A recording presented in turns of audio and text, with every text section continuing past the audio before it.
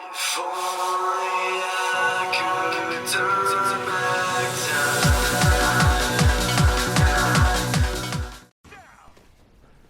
Hi everybody, and thank you for checking out this review for Marvel's Avengers Hawkeye Future Imperfect. God, that's a mouthful. So, yeah, today is the big day that the update has been added to the game, and I have spent most of the afternoon going through it, and by the time this is up on my channel, the entire walkthrough should be up there, so please do check it out, leave a like, and so on and so forth, throw a comment down. Do you hate the walkthrough? Do you love it? Just throw all that in the comments and I'll be sure to get back to you. So, yeah, I went through the campaign and I made some notes, some random notes, and some of them aren't that particularly helpful to me right now. So I put the beginning bit is story recap. So, the walkthrough is obviously about Clint. It takes place just after the taking aim campaign, so he passes out at the end of that. He wakes up in the beginning of this, sees something happening. I should probably say spoilers, maybe, because there's no way I can recount the sort of I can give like an overview of this campaign without spoilers. So if you don't want it spoiled, either play it, look at the walkthrough, and then come back here. So yeah, he basically sees something happening in the future because of timey-wimey crap, who knows, and he wakes up in the present, so he wakes up on board the helicarrier, where he sort of has been left. If you were playing the game after taking aim and you sort of checked out Kate Bishop's room, he's basically on the bed with this weird sort of like warping effect happening around him. So he wakes up there. He then finds information on a project that he saw in the future, and the plot kind of like carries on from there. So he ends up going into the future, blah blah blah, seeing, trying to find like Nick Fury and seeing the sort of damage from the Kree invasion that was mentioned in Taking Aim and sort of hinted at, the Kree involvement at the end of the initial Avengers campaign. And in my notes I've also written down, was it good? Now, there are many factors, I'd say. Like I've like a few of my other notes I've written down was like campaign length and stuff like that, like and the area. So in terms of campaign length, it's not as long as say Taking Aim was. Taking Aim, I think I've got about 6 videos, so six missions roughly. This goes on for about 5, but I would say the scale is a bit bigger. So You get introduced to the Wastelands, which is the new area, which is like the future area. I think they're called the Future Wastelands in the game, and it's this sort of apocalyptic setting that you sort of glimpsed at through the time bridge at the end of Taking Aim. It's a nice area. I'm glad that it's. I say nice. I mean, it's an apocalyptic wasteland it's fun. It's good to look at. It's an interesting area. It's very different from the other areas we've gotten in the game so far. It's like the Utah, whatever it is, Utah Badlands or whatever, and some of the city areas. It's a different area to that completely. Something we haven't seen before, which is nice. Some variety. Yeah, adds a bit of variety to the game. There's also little clues scattered around the map, which sort of hint at the future and what happened. I did mention spoilers. So, for example, there is a crashed chimera in the map somewhere. So, obviously, the Avengers of that future, that's where they sort of died. There's little bits like that. So there's little hints, then little clues, the terrain tells a story, is what I'm basically trying to say, which is nice to. I always keep saying that tonight, which is nice. I have to think of something else, but yeah, it's nice. That's the best way to describe it. It's a nice little addition to the game. So yeah, that was fun, like the terrain, and the campaign did add a few extra things, like it introduces the character of Hawkeye rather nicely, and kind of caps off that sort of introductory sort of narrative to the expanded sort of narrative from the base campaign. because this and Taking Aim kind of acted like a part 1 and part 2. I sort of saw them as, because they're both Hawkeyes, they both sort of link into one another. For example, the next campaign will be Black Panther, and that probably won't link as directly into these two, as these two linked into each other. Also, in regards to was it good, this expansion and Taking Aim were meant to be released in the following 2 months after the game launched. So this was meant to be like last November, I believe, was the initial plan. So I'm not really surprised at its length. That kind of makes sense to me.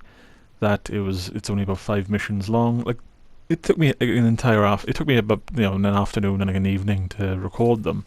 So I wouldn't say they were small missions. They're pretty good, little cutscenes in between and whatnot. So there is narrative structure there, which is good, and showing that they've put an effort in. Unlike, by comparison, say the Avengers Initiative campaign, which is not it hasn't got cutscenes in as such in between some of the missions. It's got little like intro cutscenes, but nothing like this, where it's like animated characters like Clint talking to Hank Pym, etc.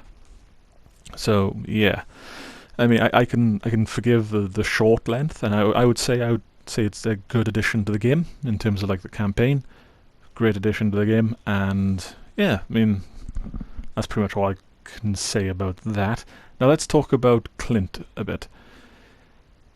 I did have some concerns as to whether or not he will differentiate himself with Kate Bishop, because they're both Hawkeyes, and how different can one bow-wielding superhero be to another. And there is some similarities between the two, but narratively as well in the universe that makes sense, because he did train her.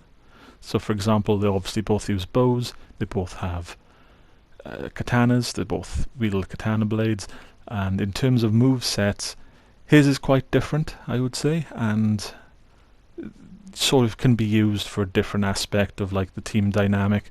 So he has a heal ability, so he can shoot a bow down to the ground and heal any of the teammates around him.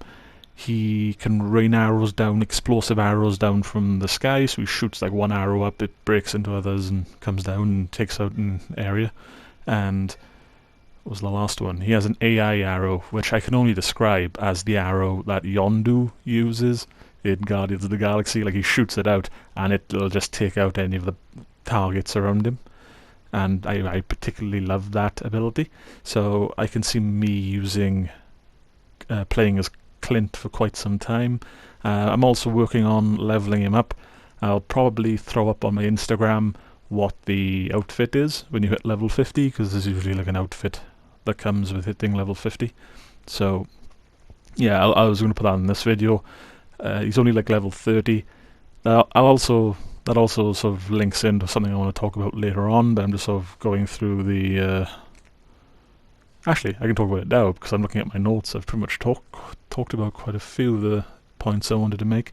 So yeah, I'm only level 30 at the moment, and that does tie into the leveling changes that came about with this update as well. So quite a while, about a week or two back, Square Enix announced that with the Clint Barton update, there will be changes to how your characters level up. And whilst initially playing through the Future Imperfect campaign, I didn't notice the changes per se. I got Clint up to about level 24, which was impressive, because I only got Kate Bishop up to about level 18 or whatever, level 19 with her campaign. I got Barton up to like level 24, which is almost halfway through the leveling up scale. Great, grand, didn't have a problem. As you can see from the gameplay footage in the video, I was playing a hive. I was replaying one of the missions that give you legendary gear. Now, last night before the update, I was basically leveling up once per floor, so it's like 5 levels up per hive. This time round I was leveling up about 3 times, so I am noticing a difference now that I'm not playing the campaign missions. And I'll be honest, it's not that much of a problem. It's only like 2 levels. I thought it was going to be a lot worse. Like maybe, like I only level up twice per hive, so they've only like limited the XP you get a little bit, which again, isn't great. It's a bit odd considering by this point you've surely, if you're playing the game properly, I say properly, if you're playing the game a lot, you've leveled up your characters to like level 50, especially with the rate you could level up before. If you've unlocked the hives, etc., you could level up your entire characters in like a day if you sort of like really sat down and just played it for like an afternoon or like an evening or whatever. You could level up like 2 or 3 characters. So yeah, I mean, it's a bit weird that they decided to limit the XP, but I suppose if they increase the rate they add characters to the game, that'll probably make sense later on. And what else have I put in my notes? I've put campaign replay. Now I haven't tried that yet, but that's another example of features that they're adding to the game, which I think the game is in desperate need of. They did a Square Enix presentation about 5 o'clock. About 5 o'clock. So you can probably watch that on YouTube now, and they have a little Avengers segment. So they put the roadmap up there, and the roadmap does look promising. I'll see if I can maybe find a picture on my laptop, just so I can have a better idea of what is actually coming to the game. Nope, can't find a picture of it. Go figure, right? But actually, maybe I'm expecting disappointment with this.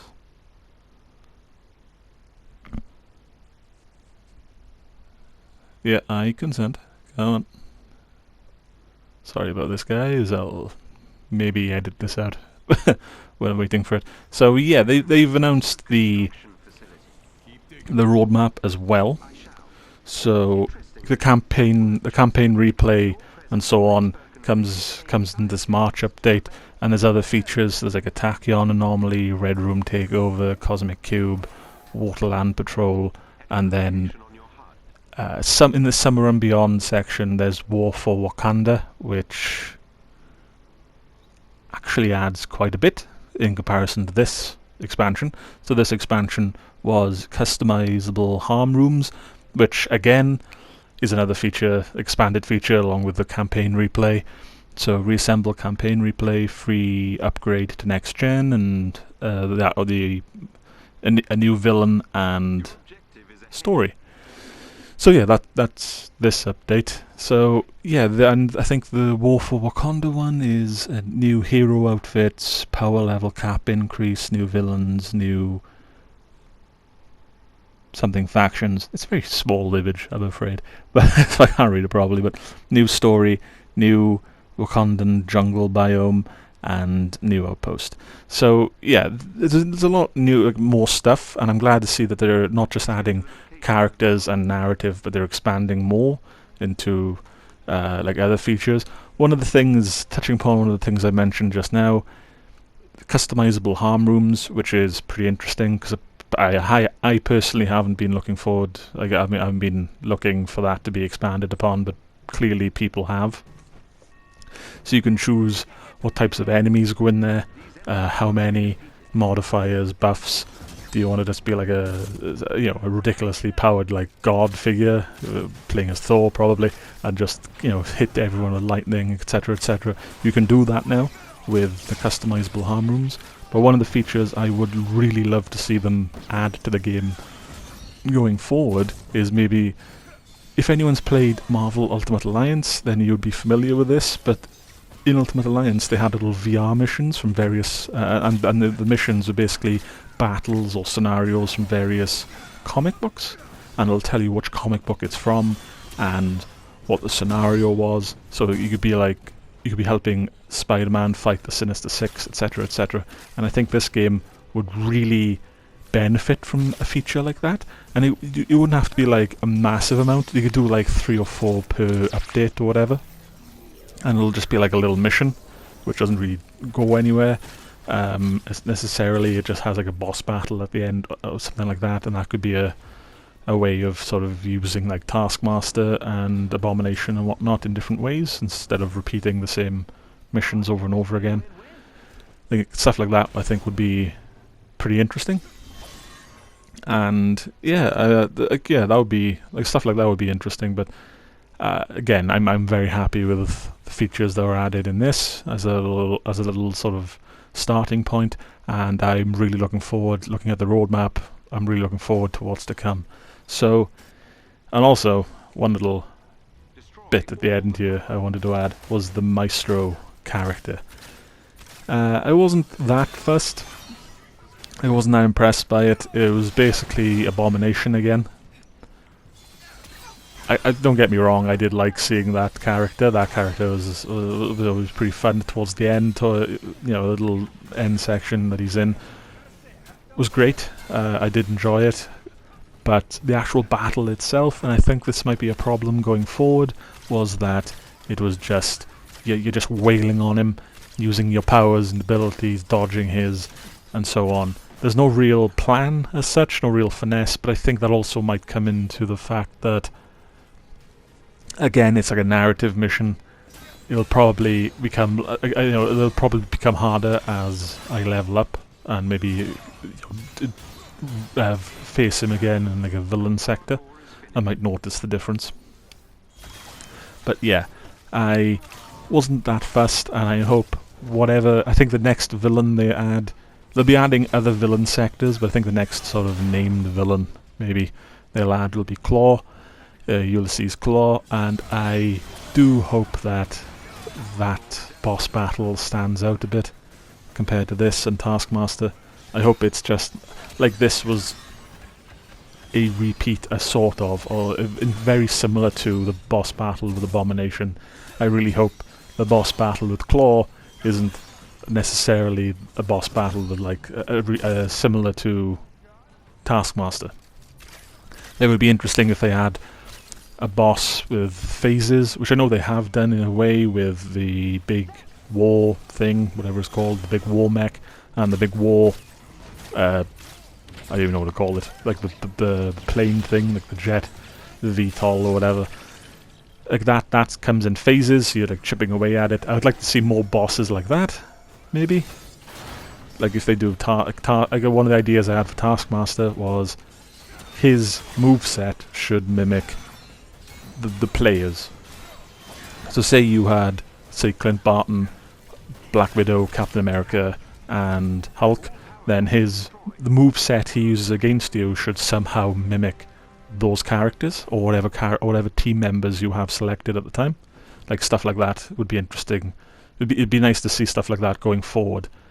But yeah, just to summarize, yes, I think that this is a great addition to the game, and I hope that they sort of learn from any mistakes and bolster any sort of any of the good points that they had in the game with this update.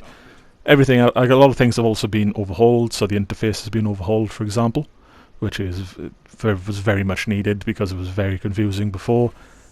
Cosmetics have been changed, so you can't unlock them, I think, with the fabrication machine. Instead, there are these weird sort of like, if everyone's played Fallout, you're familiar with the treasure hunter. Well, in this, there are cargo bots that look almost identical, and they run around the map, and you have to hunt them down and take them out.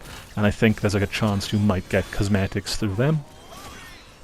There is one in the walkthrough, I think in part 2, when I'm running around the city with as Barton. I think he'd be going after his dog or something. I do come across one, so if anyone's interested in seeing how they look necessarily, you can check out that video. I think it's somewhere in the halfway point. But if you just sort of keep skipping through where I defeat the AIM guys at Barton's apartment, just keep skipping ahead through that, and eventually you'll see him. It's like a minute of me chasing him around. But yeah, that's how you get cosmetics now, I believe, or like the main method. And yeah, I mean, like I said, overall, I'd say this is a great addition to the game, and if anyone's interested in checking it out, I highly recommend it. And yeah, I mean, I really am excited to see where this game goes from there, like from here on in.